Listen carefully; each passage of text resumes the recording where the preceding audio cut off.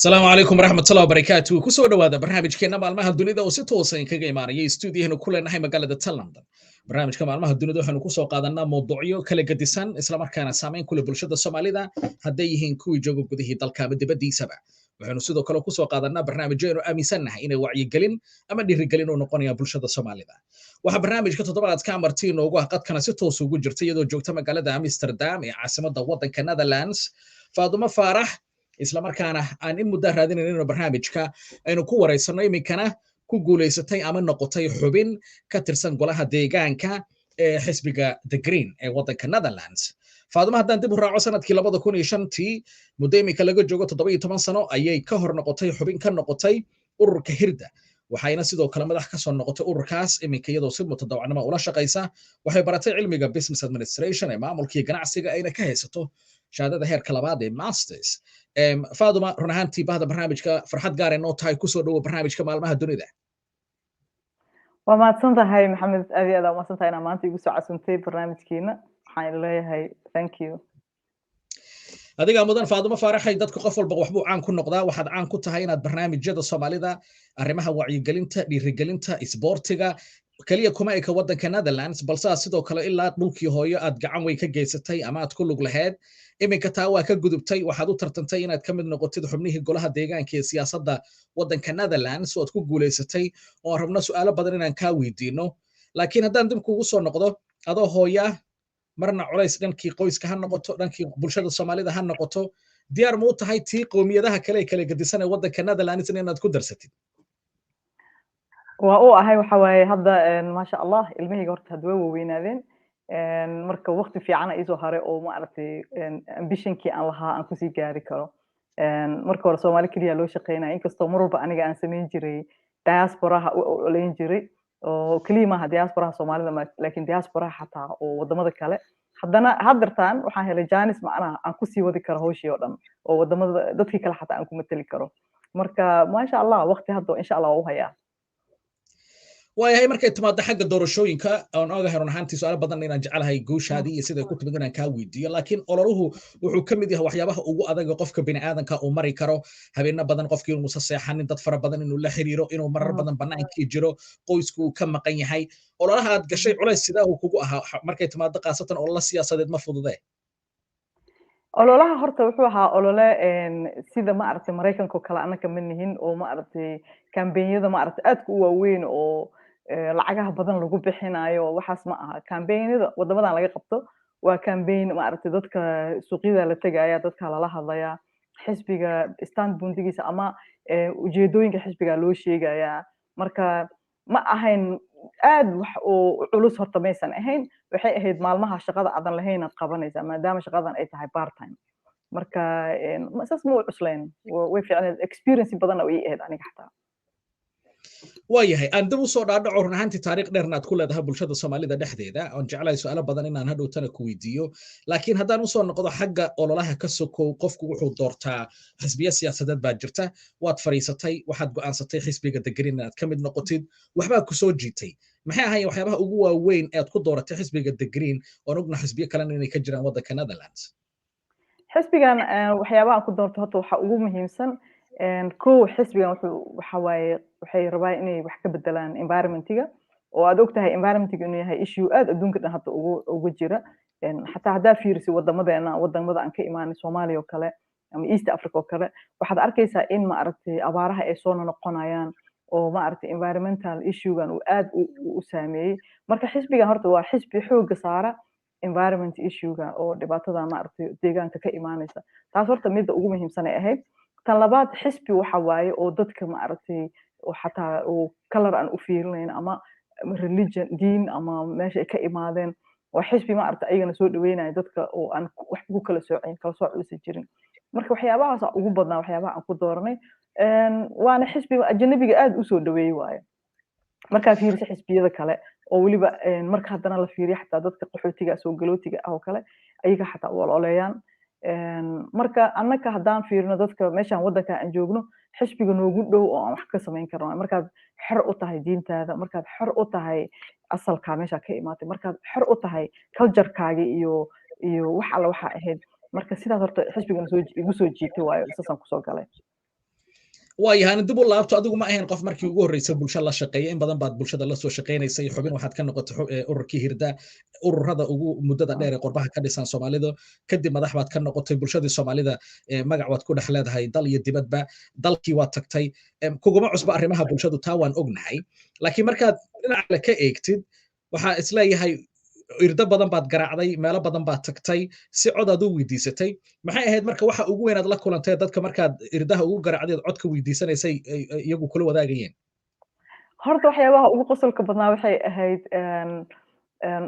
waxaan marba waxaa jirtay inaad xataa waxaa u tegeysaa mogtaa dukaamada tegeysaa meelaha dukaamada dadka adeegtaan marka ani moor hataa waxaan aad u taarget garaynaya dadka ajnabiga ah waxaa jira marka dukaanaan tegey oo ii sheeg oo iiraan camal oo kale dad iiraaniyiin ay lahaayeen waxay igu dhaheen lacag bixi lacag hadaad bixisid 200 oo qof intaasoo qof aa ku keenaynaa marka sheeko cajiib ay igu noqotay macnaha waddankaaneytu waxaas lagama yaqaan lacagaa bixinaysi male waxa waa xisbiga arrimihiisa iyo wuxuu aaminsan yahay dad ka gadee qofka hadduu ku farxo ama uu aaminsan yahay asaga arrintaas wuu ku codaynaa haddii kale ma ku codaynaayo haddii su-aalo qaba wuu ku weydiinaya laakiin aniga ninkaasoo kale igu qosol badnaa oo yiri intaasoo qofaa ku haynaaye lacag keenso kuma laho marka waxaan ku dhahay nin lacag ma hayo kowdhe haddaa codaynaysid xisbigan dadka ajnabiga ah inaad maaragtay waddankan magaaladan aan deganahay adiga qayb aad ka noqotid waxaasaan u sheegay marka wuxuu dhahay sheekaas iguma soconaysa haddaa lacag keenaysa waa kuu codaynaynaa dadna waa kuu keenaa taas horta tii ugu qosolka badnayd ay ahayd waxaa kaloo iyadana qosol ahayd marka xisbi u coday aad rabtid inaad cod ku heshid dad especially dadkeena ajnabiga ah waxa waa inaad meel kasta tegtid waxaan tegey marka masaajidada horta waa tegey maasha allah waxaan kaloo tegey oo ilmahayga xataa iga caawinayeen waxaan tegey kaniisada jirto oo ayadana Ethiopianka ileeyin orthodoxka ileeyin aan tegey kaniisada markaa dhex tegey dadka kaniisada jooga xataa waa dad dadan waaye oo maaragtay qamaaro xiran oo Soomaali u eg waa isku egnahay waa la xijaaban yahay meesha la jooga ani markaa soo galay waxa ii maleynaya camal inaa ayaga ka mid ahay camal marka waxay weydiinayeen okay xagee ka imid afkooda xataa igula hadlayeen marka waxaan u sheegaya waxaan ku idhi ani Soomaaliya ahay mini ka fogi waxaan rabaa inaan ka qayb galo maaragtay xisbigan aan galo maadaama magaaladan aan deganahay wax badan aan deganahay dadka Soomaalida ah ama dadka ajnabiga aan xisbiyada ayna gelin maalin walbana way cabaadaan waxay leeyihiin waxaana laga geystay waxaana dhacay waxaa muhiim ah inaan ka qayb galno siyaasadda way fahmayeen marka maalinta waxay ugu qosol badneed markay waxbay akhrinayeen moogtaa waxay akhrinayeen kulli ani waxba kama fahmin laakiin waxaa fahmaya inay ilaahay baryayaan because marka ugu dambaysa aamiin aa la dhahaa moogtaa marka anigana aamiintaa la guraaye marka waxaan dhahay kulli wax wanaagsan lay ku ducaysanayaan taasaa horta igu qosolka badneyd maasha allah waxa waaye wax badanaa ka baranaysaa markaa dadka dhex geshid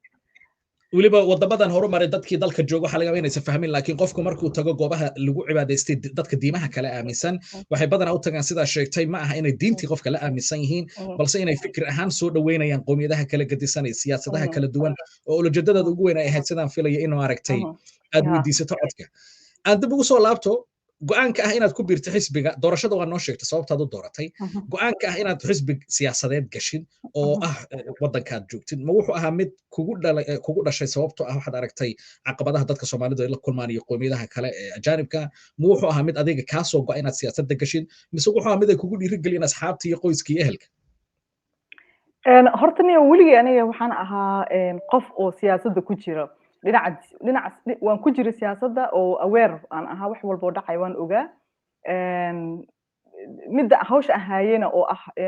social worker oo macnaha dadka loo shaqaynayana waxaan arkay meesha ugu muhiimsan wax laga bedeli karo inay tahay dhinaca siyaasadda waayo dhinaca siyaasadda waxa waaye meesha go'aanka laga soo gaarayo haddii aadan fadhin meesha menuga lagu samaynayo restaurantiga cuntada marka la samaynayo menuga ka horeeya soo maaha menuga meesha lagu samaynayo haddaadan joogin adiga menuga lagu keenayo waa cune marka taas waxay igu marka ii keentay inaan dhaho horta hawshaan aan qabanayno waa inaan hoos kasoo bilownaa meesha waa inaan tagnaa wax laga soo goynayo taasaa igu dhalisay hawsha ani aan waday leena sii wadaaya oo ah inaan maaragtay dadkeena migrantiga ah ama dadka ajnabiga ah inaan macnaha inay noqdaan qayb ka mid ah bulshada ay la nool yihiin inay waddankoodana wax u qabtaan iyagana wax ka qabsadaan halkan taasaa horta aad iigu dhalisay oo waxa waaye fishinkaygii oon weli si kale u bedelay inaan ku gaaro laakiin weli fishinka ani aan lahaa oo ah dadkeena wax u qabo ajnabi ha ahaadeen ama meeshaan magaaladan xataa aan deganahay almost waxaan deganahay 30 sano aan deganahay marka ilmahayga wax ku bartay ilmahayga ku dhashay anaa ku noolaay marka laftirkeedana waxay igu ahayd see wax ugu celisaa dadkan xataa maaragtay waddankan aad imaato sidan kuusoo dhaweeyey see wax ugu celisaa isla markaana fishinkii ani aan lahaa usii wadaan marka muhiimadda horta taasay ahayd oo igu dhalisay waana chance weyn waxaa helaysaa opportunity badan oo wax badan aad ku bedeli kartid waan garta waxaan jeclaa sawirkan inaan ku tuso dib u raaco hawlihii aad soo qabanaysa muddo 17 sano ood xubinta ka ahayd ururka Hirda markii dambana aad maamulkii qabatay iminkana si mutadawacnimo ula shaqaynaysid waxyaabo badan baa baratay muddada 17 sano aad la shaqaynaysid bulshada Soomaalida iyo qoomiyadaha kale waddanka ku nool ilaa dalkii aad tagaysay waxyaabihii aad qabatay Faaduma marka laga soo tago way aragnimo ayuu qofku helaa markay timaado arrimahan la xiriira in bulshada la shaqeeyo waxaad la kulmaysaa caqabado kala gedisan waxaad la kulmaysaa maalmo adag iyo maalmo maaragtay guula waxyaabaha aad xusuusan kartid oo 17 sanaad cajaa'ib ama aad dhihi karta dhacdooyin baa dhacaad nala wadaagi karta ma jiraan waxyaabo badan oo fiican oo badan horta waa dhaceen maasha allah anaga Hirdo 1998 aan bilownay aniga maan ku jirin dadkii bilaabay laakiin 1998 la bilaabay iskuuladii anaga waagaas aan furnay waxaan ka furnay gobolka Gado magaalada Baardheer la dhahayo xamar markaan tago hadda waxaa ii yimaada dad waaweyn oo maaragtay xataa haya xilal oo dhahaya iskuuladaasaan kasoo baxnay haddii jaaniskaas aanan heli lahayn maaragtay maanta halkaa maba joogi lahayn marka horta waxaad arkaysaa faa'iidada ay leedahay wax kasta oo la qabto haba yaraadeen haddee rabaane horta taas positive-ka waaye oo badan oo aragnay waxyaabo badan oo kalena way jiraan oo wax walba aqabati Soomaalida horta uma weydaba cilad oo maaragtay qofka xaguu ka yimid iyo yahay iyo xagee ka imaato maba ka dhamaataba taasna waa iyadana wax meesha ku jirto anaga taaba Soomaalina oo nagama dhamaato laakiin se positive ka badan anaga Hirda ahaan meel Soomaali ay degto oo waxaan ka qaban ma jirto oo ha noqoto waqooyiga Soomaaliya ha noqoto Puntland ha noqoto oo Central Soomaaliya South Soomaaliya Soomaali meel ay joogto oo dhulkan oo aan ka ahayn goboladaas maaragtay oo Somali Regional Government oo Ethiopia Kenya xataa meelo qaarkood aan wax ka qabanaa jira marka anaga hadaan nahay anigana anaa waxaan aaminsanaa oo weligeena igu jirtay Soomaali waa Soomaali meel ay joogtaba macnaha dad kala baxsan ma aha baahida ka jirta gobolada dhexe waxay ka jirtaa waqooyi waxay ka jirtaa meel kasta oo Soomaali ay degto fikirkaas wuxuu ahaa fikir aniga iga imaanayay oo ah war Soomaali weyn meesha joogtaba dhibka qaba aan ka caawino waana igu jiraa weligeedna igama bixin aniga waxaan aad ugu farxaa markaan dadkeena Soomaalida aan arko oo ku hadlaaya afka Soomaaliga iyagoo Ethiopia jooga iyagoo Kenya jooga iyagoo Djibouti jooga iyagoo meel kasta oo Soomaali joogto jooga haddana isfahmaya adduunkana maanta meel kasta amartid qof Soomaali hadduu ka hor yimaado aadan tarjubaan u baahnayn oo isfahmaysaan waa waxa ugu muhiimsan oo mar kasta aan dareemo oo dhaho Soomaalinimada aan ku jecelahay dhaqan iyo diin iyo af naga dhaxaysa marka taas aan inaan maaragtay noqono marka dadka sidaa ugu soo shaqaysay Soomaalida ay kula degan waddanka Netherlands qaasatan deegaan ahaan meesha laga soo doortay kaalin sidee ay ku lahaayeen doorashadaada qaasatan markay noqoto xagga codbixinta dadka Soomaali badan horta ma degana magaaladaani aniga aan deganahay dad badan ma degana laakiin dadka degan way caawiyaan maasha Allah aad iyo aad artay codkooda way siiyaan way encourage gareeyaan xataa way waxay isu dirayaan message isu dirayaan inay ma aragtay ku faraxsan yihiin in gabar Soomaaliyeed u soo gasho ma aragtay golaha deegaanka marka kulay waxa waaye haddana expectation kan aad u badan yahay waxa waaye dadku waxay rabaan rajaynayaan in wax badan loo qaban doono insha Allah ani kulay waxaan rajaynaynaa ayagana la hadli doono laakiin wax way caawiyaan ay kaliya ma waliba Syrianka ay caawiyay waxay caawiyay maxaa la dhahaa qoladan Ethiopianka Eritreanka ay caawiyaan tiimam badan oo ma aragtay dad ajnabi oo meeshan jooga si fiican campaign igu sameeyaan maasha Allah waayahay xagga doorashooyinka golaha deegaanka qofba number baa la siiyaa nambarada la siiyo adiga kaagoo kale hadda haddaan daawadaashana la wadaago waa nambarka shanaad qaab sidee xulista noocaasay ku dhacdaa markay noqoto in qofkii nambara la siiyo qaasatan xisbiga gudihiisa nambaradaasna ay yihiin nambar markaa dadku ay u codeeyaan wadamada way kala gedisan yihiin number 5 oo kale maxaad ku heshay qofkaan garanayn oo kale maxay macnaheedu ay tahay nambarka shanaad xisbiga horta waxay sameeyaan processka waxa waaye xisbiga June July waxa soo saaray candidateska la soo xulay waxa sidii job application aan sameynaysaa way soo bandhigayaan application ka markaa u dirsanaysaa aniga dada igu dhiirigeliyeen oo waan rabay siyaasadda inaan galo laakiin haddana dada waxay dhaheen dad Soomaali ah oo friends aan ahay iyo dad kale oo cadaan waxay dhaheen siyaasadda ma geshid maadaama hawshan aad ku jirtid oo maadaama hadda opportunity-ga ay jirto 4 sano ugu horeysay macnaha 4 sano soo socota doorashada la galayo marka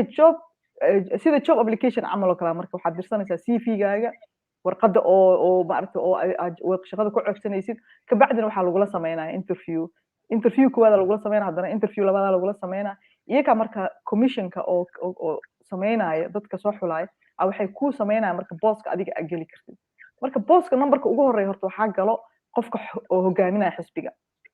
galo numberka ku xiga qofka ku sii xiga asaga galaya numberka sida marka qof intuu ka muhiimsan yahay waxaa la gelinayaa listiga number 1 number 2 number 3 number saasaa loo gelinaa so aniga saasaa number 5 ku galay waxay igu horeeyaan 4 qof oo aad iyo aad iiga maaragtay xisbiga shaqo badan kasoo qabteen oo waqti badan lasoo shaqaynayay oo wiilka hadda number 1 ka ah oo kale waa ninka ugu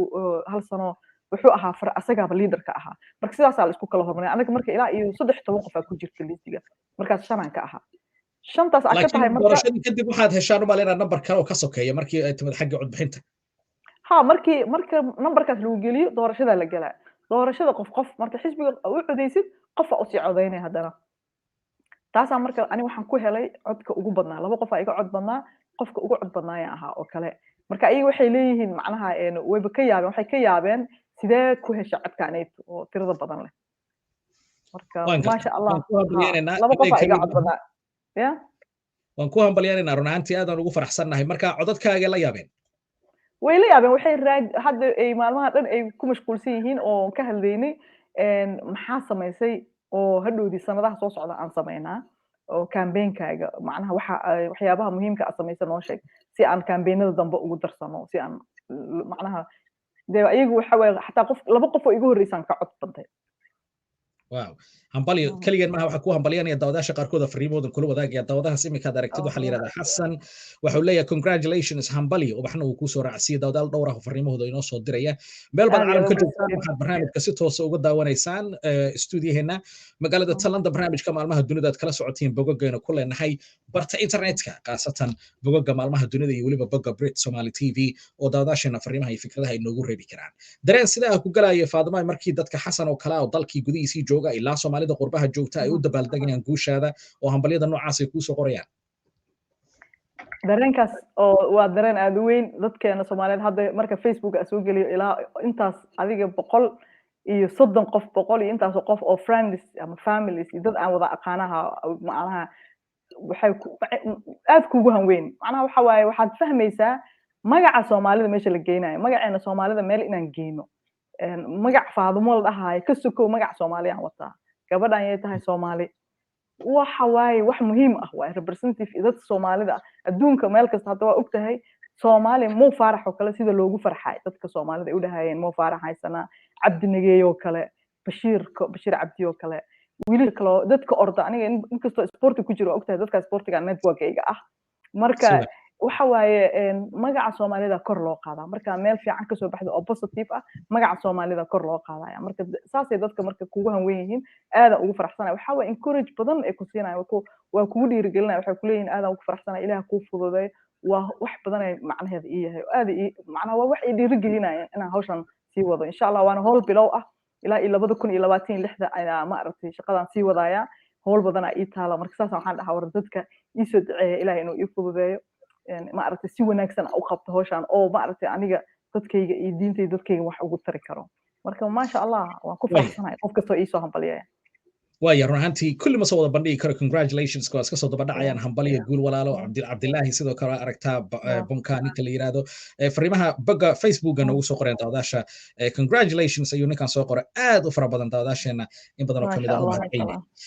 سؤالها كلنا لسوي دي غاركود أن جعلنا توداشة سيدان هرو شجنا وفرين يفكرة كسكو وحي فرصة هلا برنامج كنا كغب قاتان حسن وكلو وحول ليها مقالة دي أي كسر بحذي نذرلاندز أما وضن كهولا مقالة دي أي كسر بحذي فاطمة waxaa ka soo baxay magaalada Amstelveen oo waxa way North Holland waxay ku dhigan tahay magaalada Amsterdam waan filay Xasan waxa laga yaabaa inuu Netherlands kula joogo inuu fahmay aad u mahadsan yahay Faatuma aad dib ugu soo laabto shaqada dhirka badan aad umada u soo heysay waan runhaantii hal barnaamij lagu soo koobi karin laakiin qof walba markii la dooranayo ololaha waxba ku galaa waxyaabaha la taaban kara jecesha inuu qabatid dadka ku doortay maxaa kamid ah qaasatan saameynta ku yeelanaya qoomiyadaha dadka soo galootiga ama dadka qaxootiga ama Soomaalidu ay kamid yihiin maxaa kamid ah waxyaabaha ay ka go'anta ama dhexdaad u xiratay inay wax ka bedeshay aniga saddex waxooda aad iyo aad aan hadda qalbiga ugu hayaa oo portfolio-deeda noqonaya number 1 waxa waaye participation waxa la dhahay participation inaan macnaha noqono dad ka qayb qaato wadankan macnaha ka qayb qaato oo si run ah uga qayb qaato participationka waxaan kaloo rabaa inaan qaato work and income waxa la dhahaa iyadana working dadkina shaqeeyaan iyo income-kooda si waxaa jira dad badan oo poverty xataa ku jira weli iyagoo wadamadan joogaa poverty ku jira ilmo badan ay haystaan waxa la siiyo kuma filna taas laftirkeeda waxaa wax badan inaan qabto ya weli waa dad sabool ah waa sabool ah because lacagta oo benefitska ama waxyaabaha dawladda ay siinaysa kuma filna xataa ma garan karaan meelaha ay ka doonan karaan waxyaabaha kale oo supportiga ah taasna waan rabaa inaan qaato iyo waxaan rabaa inaan qaato integrationka iyadana oo ah dadkan refugee-ga ah sidii ma aragtay wadankan ay integration fiican u sameyn lahayn hadday noqon dhinaca waxbarashada caafimaadka shaqada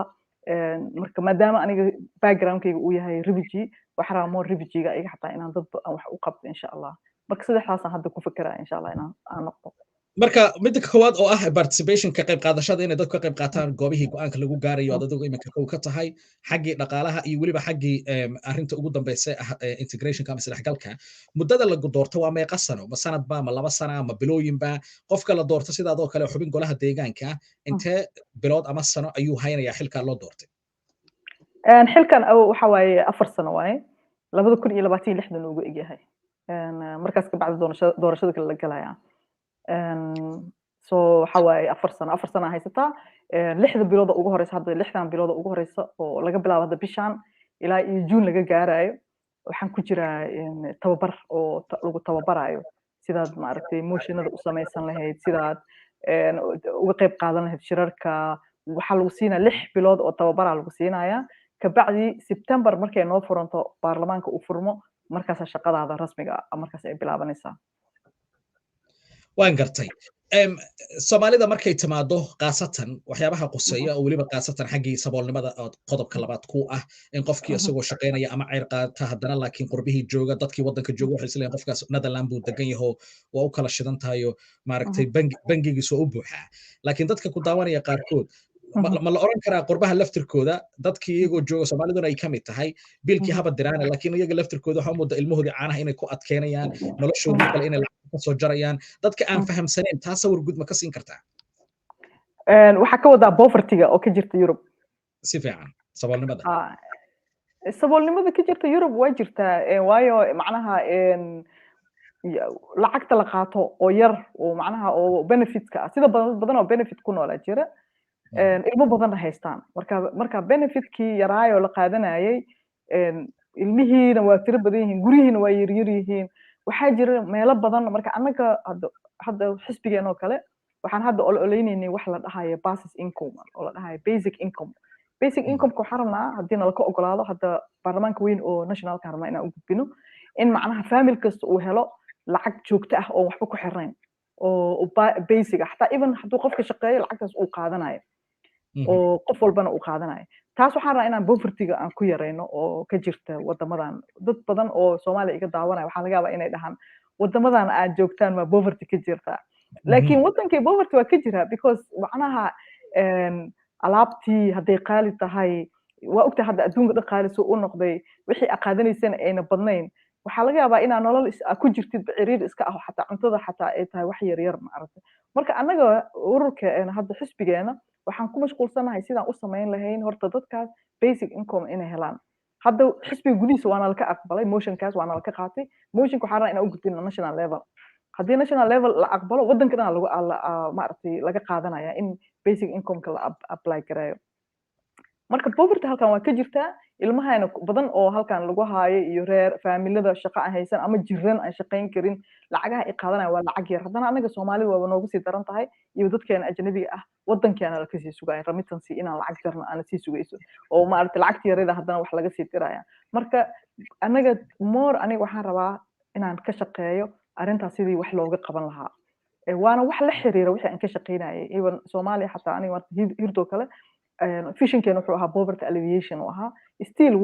wixii aan qabanayo waayo oo haddana si kala ah laakiin golihii deegaanka ku saabsan waayahay siyaasaddan ka soo bilaabanaysa aas-aaska afartaa sane soo socotaan qodobada saddexda ah aad rajaynaysa inaad ku guulaysatid marka loo eego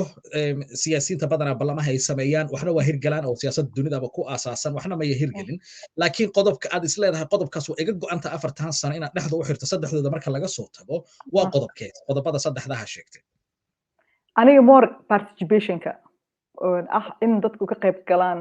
martii wadankan magaalada aan deganahay in laga qayb galo waxa ka socdo because waxa waaye way jiraan participationka waana furan tahay opportunity way jirtaa dadkii waa ka qayb geli karaan dadkii waxa waaye iyakaan ogeyn oo sidii looga qayb galaya aan garanayn laakiin waa laga qayb geli karaa war go'aanka xataa oo dowladda ay soo gaaraysaa ka hor imaan kartaa oo magaalada macnaha dowladdeeda ay soo gaartaa ka hor imaan kartaa laakiin haddaadan la soconba ama ada ogeynba ama sida wax loo qabanaya ada ogeyn laftirkeedan dhibaato waayo dadka qaarkiisna waxaaba ka lumayba waxaa ka lumay kalsoonidii ay u qabeen dowladda oo marka hadda aan campaign sameynaya waxaan arkay dad badan oo dhahayaan sheeg maxaan ka codaynaynaa haddaa codaynay haddii kale maxaa isbedelaya macnaha taas xataa way jirtaa oo keliya maaha soomaalida iyo ajnabi keliya even xataa dadka oo wadanka u dhasheen waxay leeyihiin siyaasaddii ururada isku mid ay noqotay waxay sheegayaan iyo waxay hadhow la imaanayaan isma leh marka annaga waxaan rabaa at least waxaan rabaa inaan dadkeena ajnabiga ah dadka meeshaan degan iyo dadka kaleba inaan mobilize garayno inay ka qayb galaan siyaasadda inay codkooda dhiibtaan inay siyaasadda iyo go'aamada la gaaraan ay soo fariistaan waxaa jira xataa meelo ay imaan karaan oo ay ka dhegeysan karaan doodaha la samaynayo marka ani more waxaan rabaa participationka inaan aad iyo aad uga qayb galo taasaa number 1 ii ah number 2gana waxaa ii ah shaqada iyo maaragtay income-ka soo galaya dadka waaya dhinaca kale aan ka eego maadaama qodobkaaga ugu horeeya uu yahay participationka ama ka qayb qaadashadii inay dadku aan la noqon maqana joogayaal wadankii waa la joogaa in laga qayb qaato dhinaciisii go'aanka dhinaciisii shaqada dhinacyadaas oo dhan waxaa jirta sawiran runaantii aad uga helnay kamid a sawirada barnaamijkaanu kusoo qaadanayno waxaan filaynaa inaad joogtid goobtii markii doorashadu dhacday ee xildhibaanadu iskugu imaanayeen amase waxaan filayaa inay tahay goobtii xisbiga dadkii soo baxay iskugu imaanayeen marka taa waxaan rabnay inaan noo dulmartay marka koowaad tan xigtana haddiiba ay tahay goobtii go'aanka lagu gaarayay sida miiska imika aad aragtid dareen sidee aha ku galay horta masawirka hadda arkaysiin waxa waaye habeenkii oo doorashada aan habeenkii dhaartana loo sameynayo waaye wadankan waxa waaye waa la isdhaarinaa sida oo Soomaaliya camal oo kale ama adduunka oo dhan dhaarta laba waaye inaad maaragtay Kristo ku dhaaratid weli islaamka laguma dhaaranayo ama inaad dhahdid macnaha waxaan cadeynayaa inaan shaqadaas qaban doono shaqada la ii idmaday oo ku taala constitution ku taala oo saan ah inaan qaban doono inaad dhahdid marka habeenkaas horta waxay ahayd habeenkii oo dhaartay ahayd ajendaha dhan oo meetingkan wuxuu ahaa in la isdhaariyo iyo hal xabo ajendo ka horeysay oo ku saabsanayd refujiga oo maaragtay hadda imaanaya Ukraine oo badan refuji badan qaxooti badan hadda soo galay wadankan kaasaa laga hadlayay xisbigana waxay soo gudbiyeen motion ah in qaxootigoo dhan isku si loola dhaqmo oo aan la kala saarin oo la dhihin maaragtay qaxootigana waa Ukraine waa European kuwana waxay ka yimaadeen Syria ama meel kale marka motion waxaan soo gudbinay isla habeenkaas aan keenay ah in qaxootiyada dhan isku si loola dhaqmo oo qaxootiyada la kala saarin marka waana la ka qaaday supporting badan aan helnay waa la qaatay emotionkaas habeenkaas waa habeenkii ugu horeeyay meeting aan ka qayb galay dareenkaygu wuxuu ahaa shaqo inay isugayso because dadka meesha aan la fadhiyo dad ciyaaraya ma aha dad oo ciyaaraya ma aha waa dad experienced ah oo ma aragtay qaarkood 8 sano soo fadhiyeen qaarkood 12 sano soo fadhiyeen qaar dad cusub waa jiraan laakiin majority of experience waaye xataa oo ma aragtay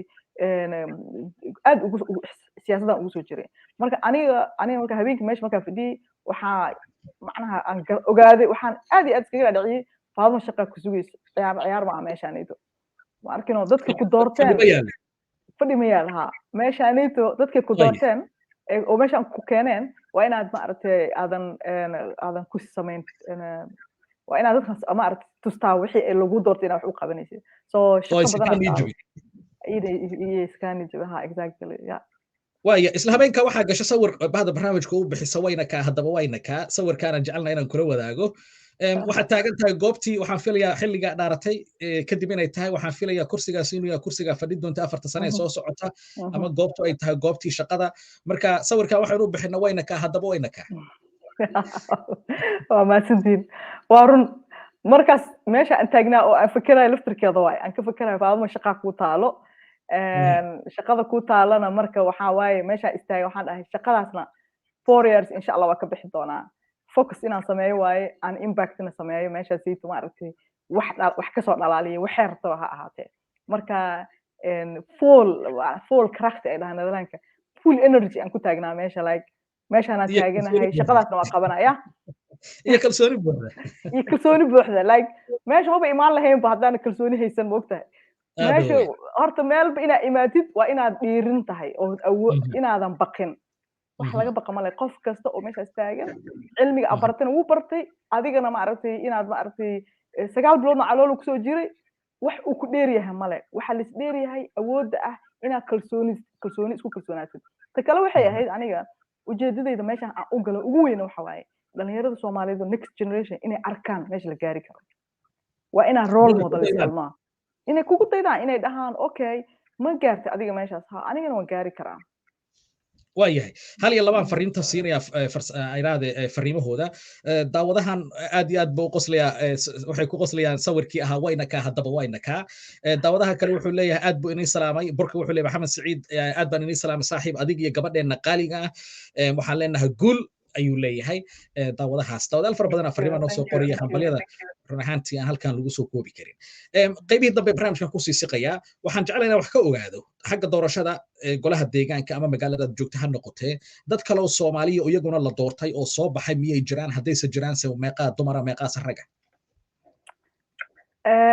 Maxamed Saciidow Soomaalida sidaan u fadhinay hadda waa soo istaagnay haddana Holland weligeenba waxaan iska ahayn dad iska degan oo iska maaragtay waxay dhahaan restock ay dhahaan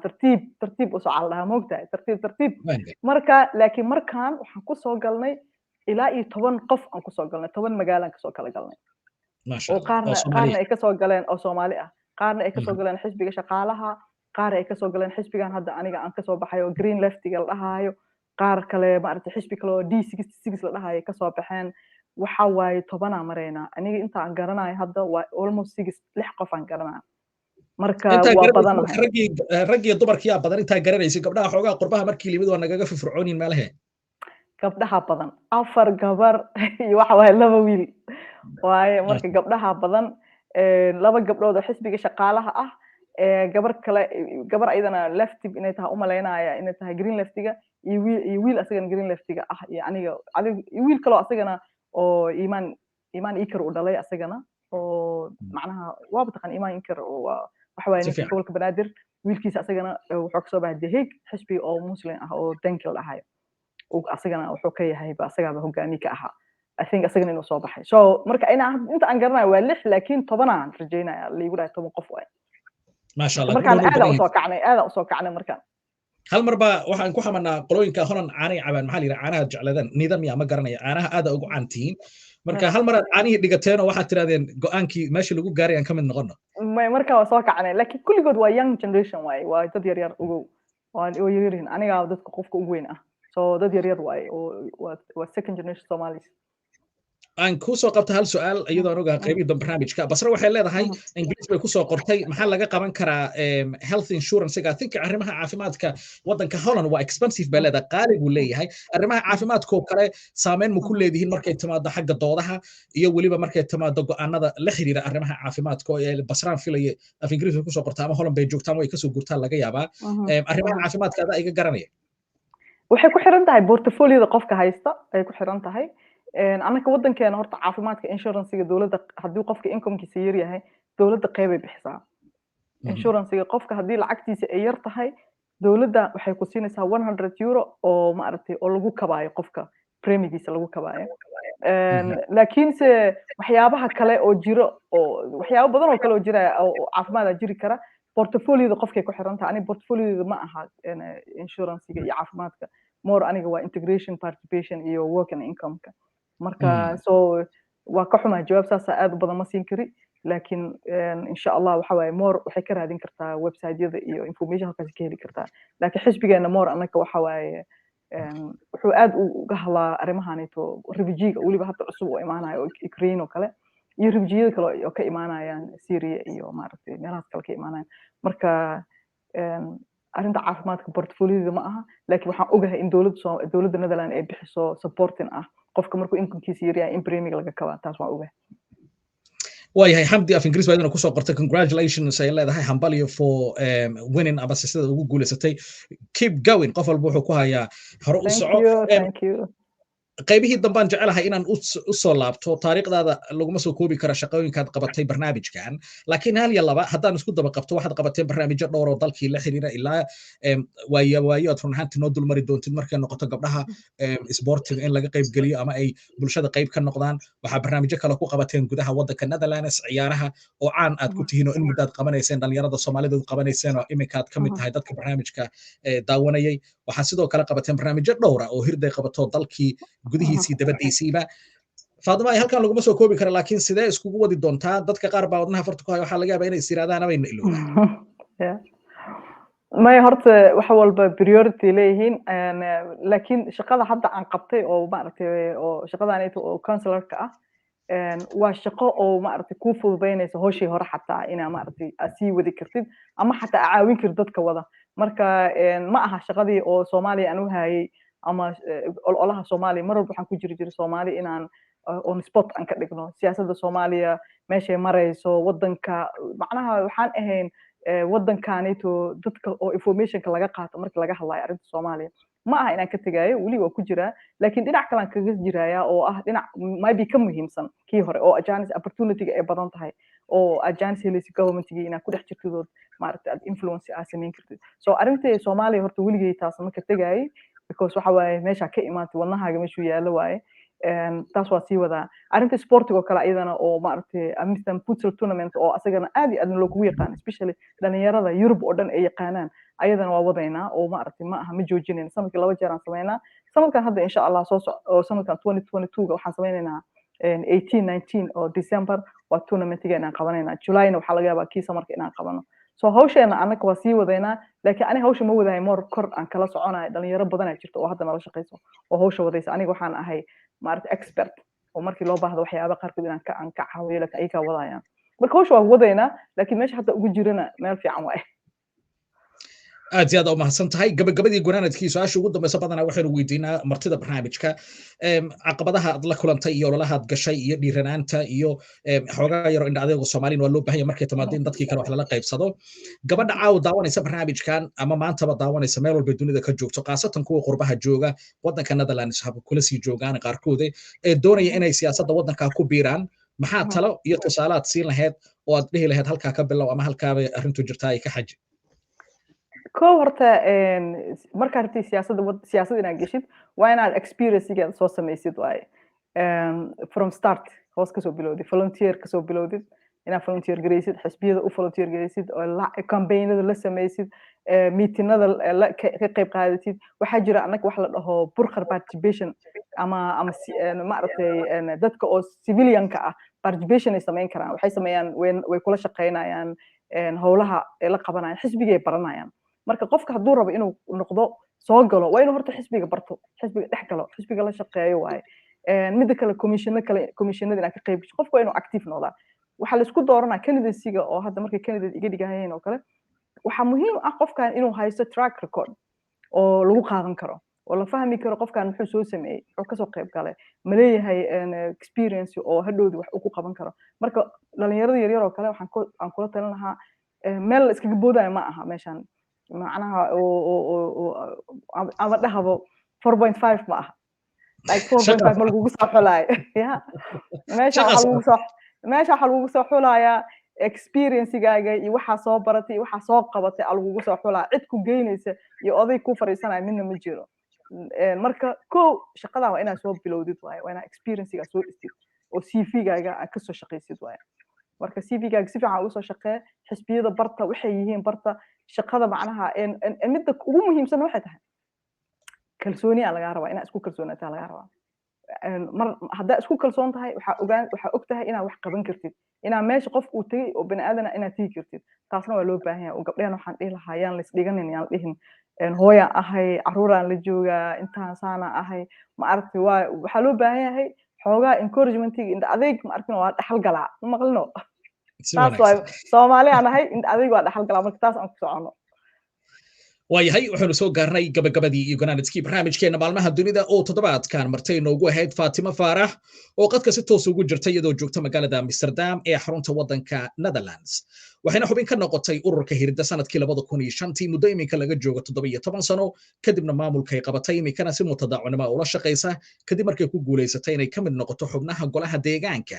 ee xisbiga The Green ee waddanka Netherlands waxay baratay cilmiga business administration ee maamulka iyo xagga ganacsiga oo ay ka haysato heerka labaad ee masterska Fatima aniga iyo guud ahaan bahda barnaamijka maalmaha dunida waxaanu ku leenahay run ahaantii aad iyo aad baad u mahadsantahay